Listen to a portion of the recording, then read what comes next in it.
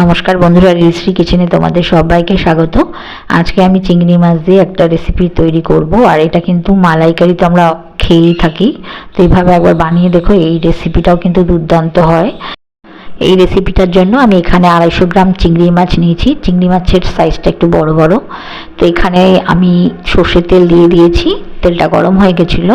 তো এটাকে ভালো করে একটু হালকা করে কিন্তু ভেজে নিতে হবে। চিংড়ি মাছটা খুব বেশি ভাজা যাবে না, তাহলে শক্ত হয়ে যাবে।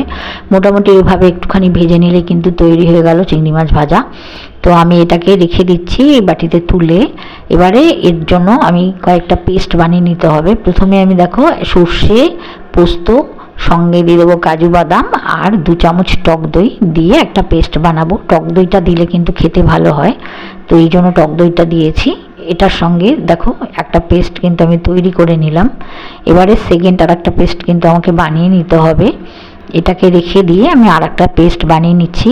এবারে এর মধ্যে দিয়ে দেবো কাঁচা লঙ্কা, রসুন, সঙ্গে দিয়ে দিচ্ছি আদা, আর একটা বড় সাইজের পেঁয়াজকে নিয়েছিলাম, সেটাও দিয়ে দিলাম। দিয়ে একটা পেস্ট তৈরি করে নিচ্ছি। দেখো এই পেস্টটাও কিন্তু আমার তৈরি হয়ে গেছে। এবার আমি রান্নাটা করব। তো রান্না করার জন্য ফ্রাই প্যানে আমি 4 চামচ মাস্টার্ড অয়েল মানে সর্ষের তেল দিয়েছি। সঙ্গে দিয়ে দিচ্ছি গরম মশলা ফোড়নে। তো এখানে লবঙ্গ, এলাচ আর দারচিনি দিয়ে দিয়েছি। এটা দিয়ে একটু ভাজা করে এবার দিয়ে দেবো বেটে রাখা পেঁয়াজ রসুনের পেস্ট।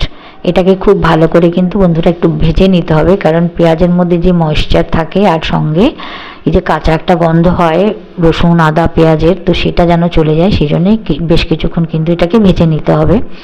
বন্ধুরা এই রেসিপিটা কিন্তু খুব ভালো হয়, একবার অবশ্যই ট্রাই করে দেখতে পারো বাড়িতে, খুব ভালো লাগবে খেতে। তো দেখো খুব ভালো করে কিন্তু একটু ভেজে নিয়েছি আমি এটাকে।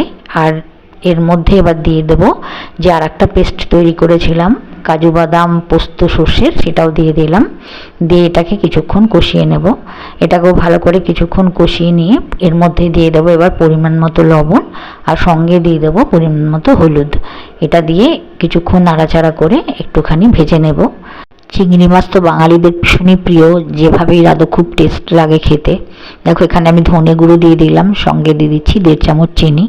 এই রেসিপিটা একটু মিষ্টি মিষ্টি খেতে হয়, তাহলেই ভালো লাগে। তো দেখো এটাকে খুব ভালো করে এবারে মিশিয়ে নেব, সব কিছুর সঙ্গে মিশিয়ে নিয়ে মশলাটা যখন এইভাবে কষে যাবে ভালো করে, তখন আমি এর মধ্যে জল দিয়ে দেবো। দেখো আমি মিক্সি গ্রাইন্ডারটা ধুয়ে নিয়েছিলাম, সেই জলটা এখানে দিয়ে দিলাম। দিয়ে একটু নেড়ে নিচ্ছি। এটাকে ভালো করে মিশিয়ে নিয়ে একটুখানি কষিয়ে নিতে হবে। তো কিছুক্ষণ একটু নেড়ে চেড়ে নিয়ে এর মধ্যে কিন্তু দিয়ে দেবো আমি 1 কাপ দুধ। রেগুলারের যে দুধ আমরা ঘরে খেয়ে থাকি সেই দুধের থেকে কিন্তু 1 কাপ দুধ দেবো। আমি এখানে জল দিয়ে গ্রেভিটা বানাবো না, দুধ দিয়ে বানালে কিন্তু বেশি টেস্ট হয়, ওই জন্যই দুধটা দিয়েছি। তোমরা চাইলে কিন্তু জলও দিতে পারো। এবার এর মধ্যে ভেজে রাখা যে চিংড়ি মাছ সেটাও দিয়ে দিলাম।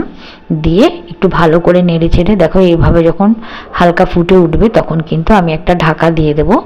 ঢাকা দিয়ে কিন্তু এটাকে মিডিয়াম টু লোতে রেখে 5 মিনিটের জন্য রান্না করে নিতে হবে।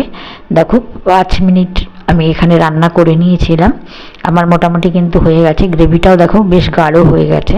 তো এবার সবার শেষে আমি 1 চামচ ঘি দিয়ে দিলাম।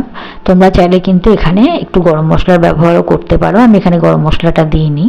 তো সব মিলিয়ে খুব ভালো করে মিশিয়ে নেব।